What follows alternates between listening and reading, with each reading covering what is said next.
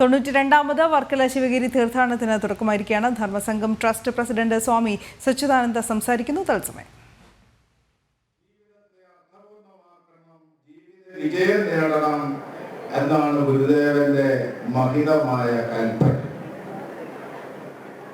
പ്രിയ സഹോദരങ്ങളെ, കഴിഞ്ഞ 91 വർഷമായി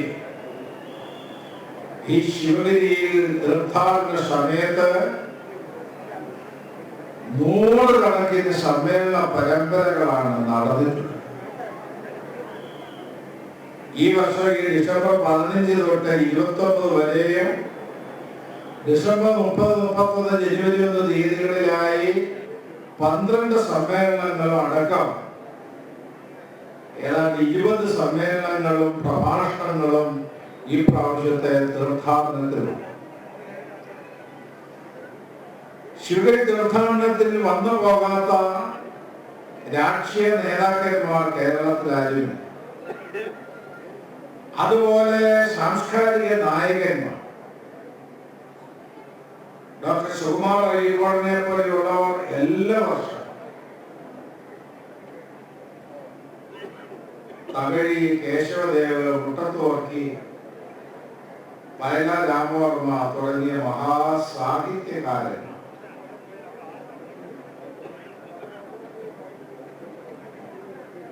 ജവഹർലാൽ നെഹ്റു, ഇന്ദിരാഗാന്ധി, വെങ്കട്ടരാമൻ, ശങ്കർദയാൾ ശർമ്മ, സക്കീർ ഹുസൈൻ, രാജീവ് ഗാന്ധി തുടങ്ങി ഇന്ത്യയുടെ പ്രസിഡന്റുമാരായും വൈസ് പ്രസിഡന്റുമാരായും പ്രധാനമന്ത്രിമാരായും വരുന്ന മഹാനേതാക്കന്മാരൊക്കെ ശിവഗിരിയിൽ വന്ന് ഇവിടെ തീർത്ഥാടകനായി മാറിയിട്ടുണ്ട്.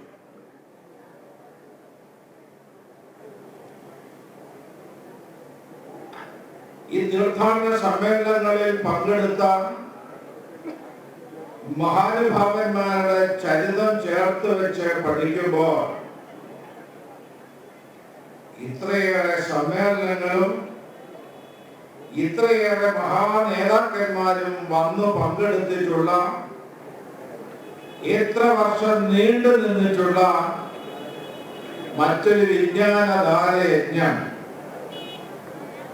ഈ ശിവഗിരിയിലുള്ളതുപോലെ മറ്റെവിടെയുണ്ട് എന്ന് നിങ്ങൾക്ക് ഒന്ന് ചൂണ്ടിക്കാണിക്കുവാൻ സാധിക്കുമോ?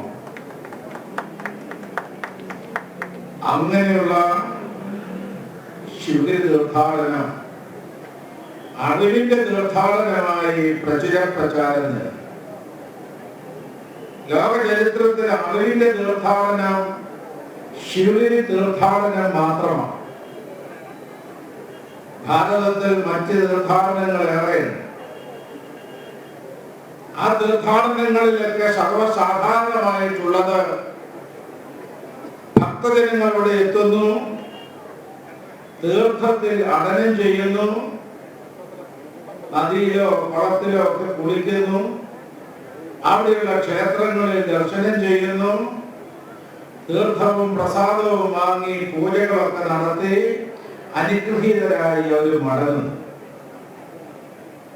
സാധാരണ എല്ലാ ക്ഷേത്രങ്ങളിലും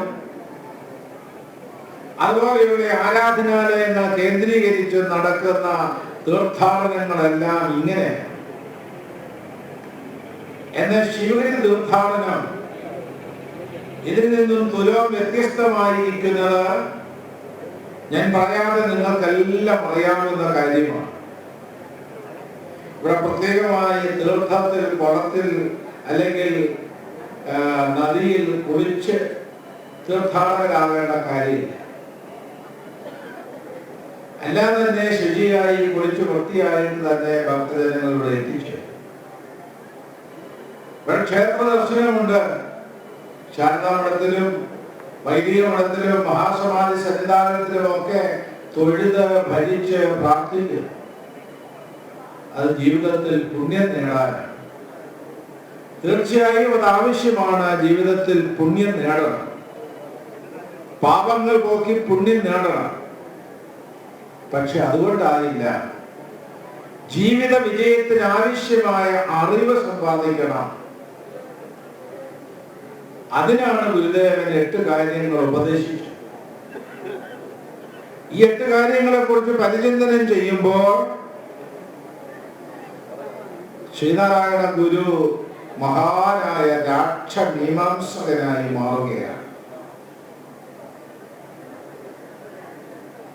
ഒരു രാജ്യത്തിന്റെ സമൂഹത്തിന്റെ സമഗ്രമായ വളർച്ചയ്ക്ക് ആവശ്യമായ എല്ലാ കാര്യങ്ങളും ഈ 8 വിഷയങ്ങളിലുണ്ട്.